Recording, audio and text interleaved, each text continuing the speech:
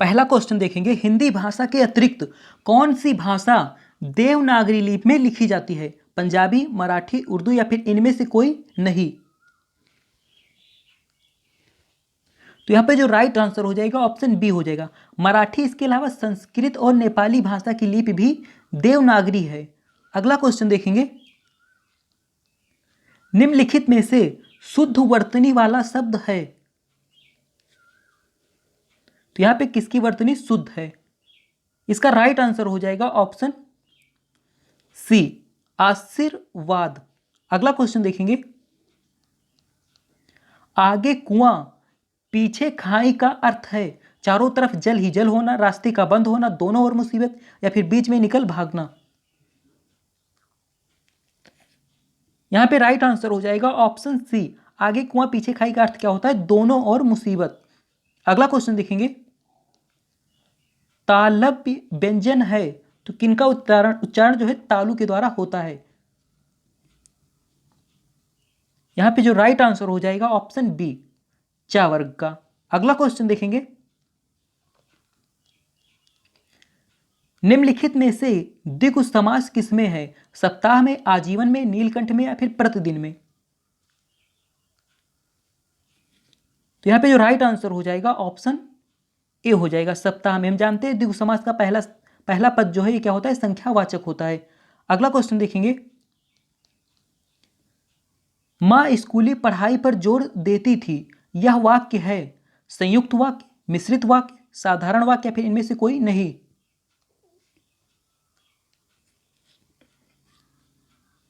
तो यहां पे जो राइट आंसर हो जाएगा ऑप्शन सी हो जाएगा, यह साधारण वाक्य है। अगला क्वेश्चन देखेंगे, बुद्धिमान शब्द किस संवर्ग में है? संज्ञा है, विशेषण है, सर्वनाम है या फिर अव्यय है? तो बुद्धिमान कैसा शब्द है? राइट आंसर हो जाएगा ऑप्शन बी, ये विशेषण है। अगला क्वेश्चन देखेंगे, था किस वर्ग का व्यंजन है? ओष्ठ का, तालव्य का, दंत का या फिर ऊष्म का? राइट आंसर हो जाएगा ऑप्शन सी, ये दंत वर्ग का व्यंजन है। अगला क्वेश्चन देखेंगे, जिसका निवारण ना हो सके के लिए एक शब्द है? अविकल, अनिधीर्य, अनिर्णित या फिर अनिवार्य? तो जिसका निवारण ना हो सके उसे क्या कहा जाता है? अनिवार्य कहा जाता है। राइट आंसर हो जाएगा ऑप्शन डी। अगला क्वेश्चन देखेंगे, निम्न में से बादल का पर्यायवाची शब्द नहीं है, तो कौन सा इसमें बादल का पर्यायवाची शब्द नहीं है? घन, पयोधर, जलद या फिर जलद?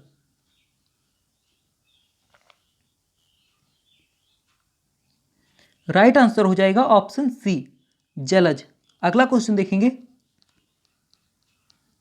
जिसका पहला पद विशेषण और दूसरा पद विशेष हो उसे कहते हैं अव्ययी भाव समास, द्विगु, तत्पुरुष या फिर कर्मधारय समास?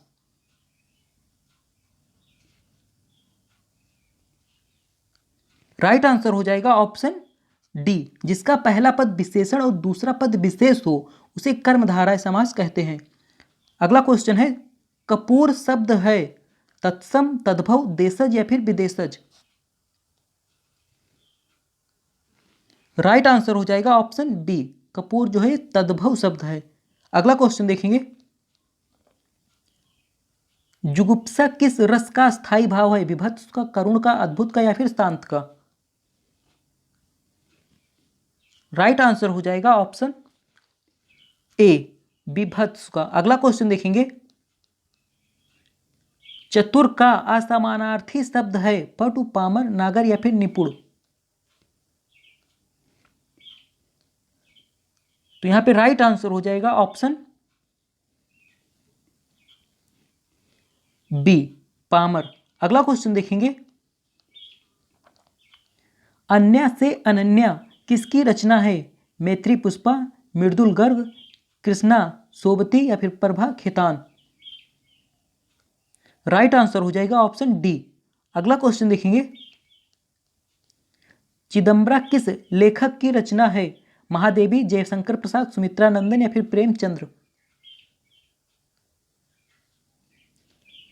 राइट आंसर हो जाएगा ऑप्शन सी, चिदम्बरा जो है ये किसकी रचना है? सुमित्रा नंदन पंत की है। अगला क्वेश्चन देखेंगे, सोहत ओढ़े पीतपट श्याम सलोने गात मनो नीलमण शैल पर आतप प्रियो प्रभात। इन पंक्तियों में कौन सा अलंकार है? रूपक, उपमा, उत्प्रेक्षा या फिर पुनरुक्ति?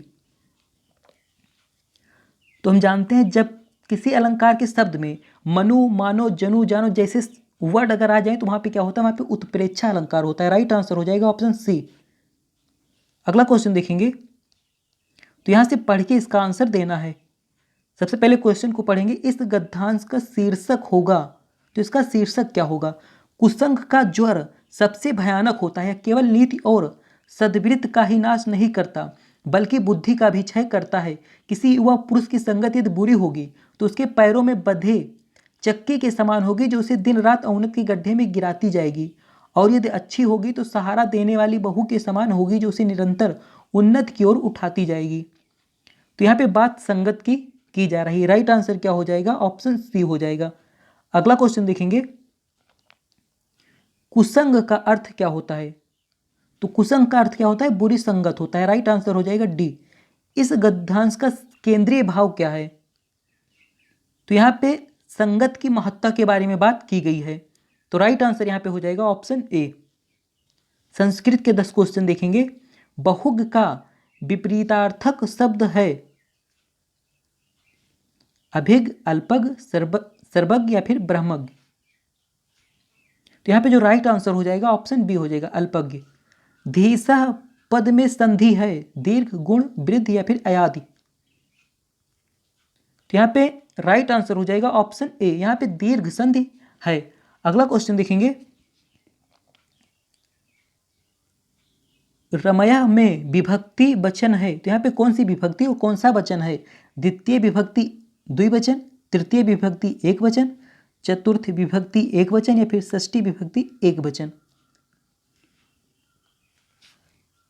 तो राइट आंसर हो जाएगा ऑप्शन डी, यहाँ पे षष्ठी विभक्त और एक वचन है। अगला क्वेश्चन है, संस्कृत व्याकरण में कति शब्द किस वचन में प्रयोग होता है? एक वचन, द्विवचन, बहुवचन या इन सभी में? तो कति शब्द है किस वचन में प्रयोग होता है?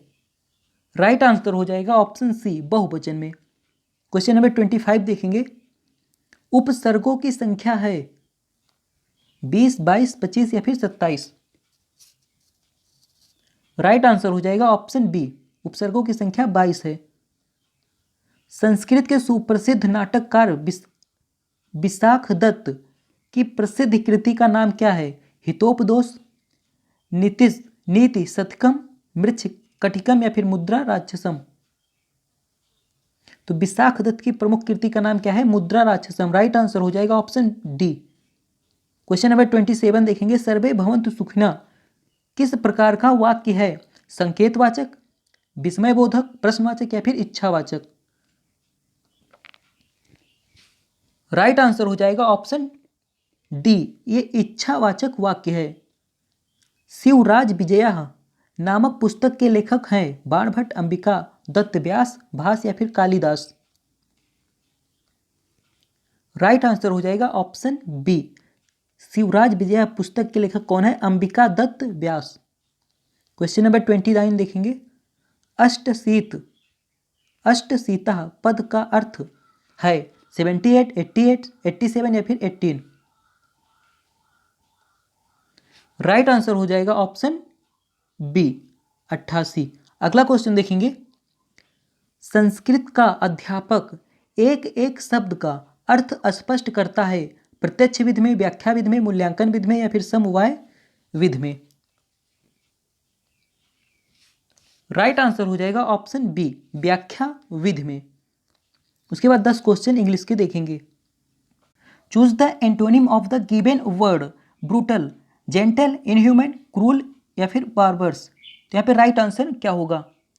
एंटोनिम का मतलब क्या होता है? विलोम होता है, तो यहाँ पे हमें विलोम बताना है। ब्रूटल का मतलब क्या होता है? निर्दयी या फिर क्रूर होता है, तो इसका विलोम क्या होगा? यहाँ पे राइट आंसर हो जाएगा ऑप्शन ए हो जाएगा, जेंटल। क्वेश्चन नंबर 32 है, synonym of the given word deceptive, तो इसका हमें पर्यायवाची बताना है। ओपेक, हॉनेस्ट, ट्रांसपेरेंट या फिर मिसलीडिंग? 32 का राइट आंसर हो जाएगा option D, misleading. Question number 33 देखेंगे। Give one word for the given definition one who rights stories and news for a news paper, draughtsman, herbalist, copywriter, correspondent. तो यहाँ पे जो राइट आंसर हो जाएगा ऑप्शन डी हो जाएगा। क्वेश्चन नंबर 34 देखेंगे। Select the most appropriate meaning of the given idiom A bird of passage. तो ईडियम का मतलब क्या होता है? मुहावरे। तो यहाँ पे बताना है, ऑप्शन ए है a person of great importance, उसके बाद ऑप्शन बी है an able person, a person who travels widely, a weak person. 34 का राइट आंसर हो जाएगा option C, a person who travels widely. Question number 35 देखेंगे। Choose the correct adjective of the following noun advice. यहाँ पे मैं विशेषण बताना है एडवाइस का। राइट आंसर हो जाएगा ऑप्शन यहाँ पे ए हो जाएगा, एडवाइजेबल। क्वेश्चन नंबर 36 देखेंगे। Fill in the blanks with the correct preposition.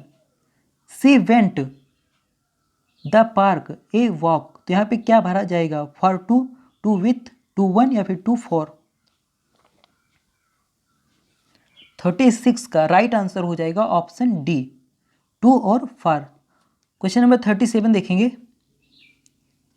Point out the correct sentence of the following. तो यहाँ पे करेक्ट सेंटेंस बताना है।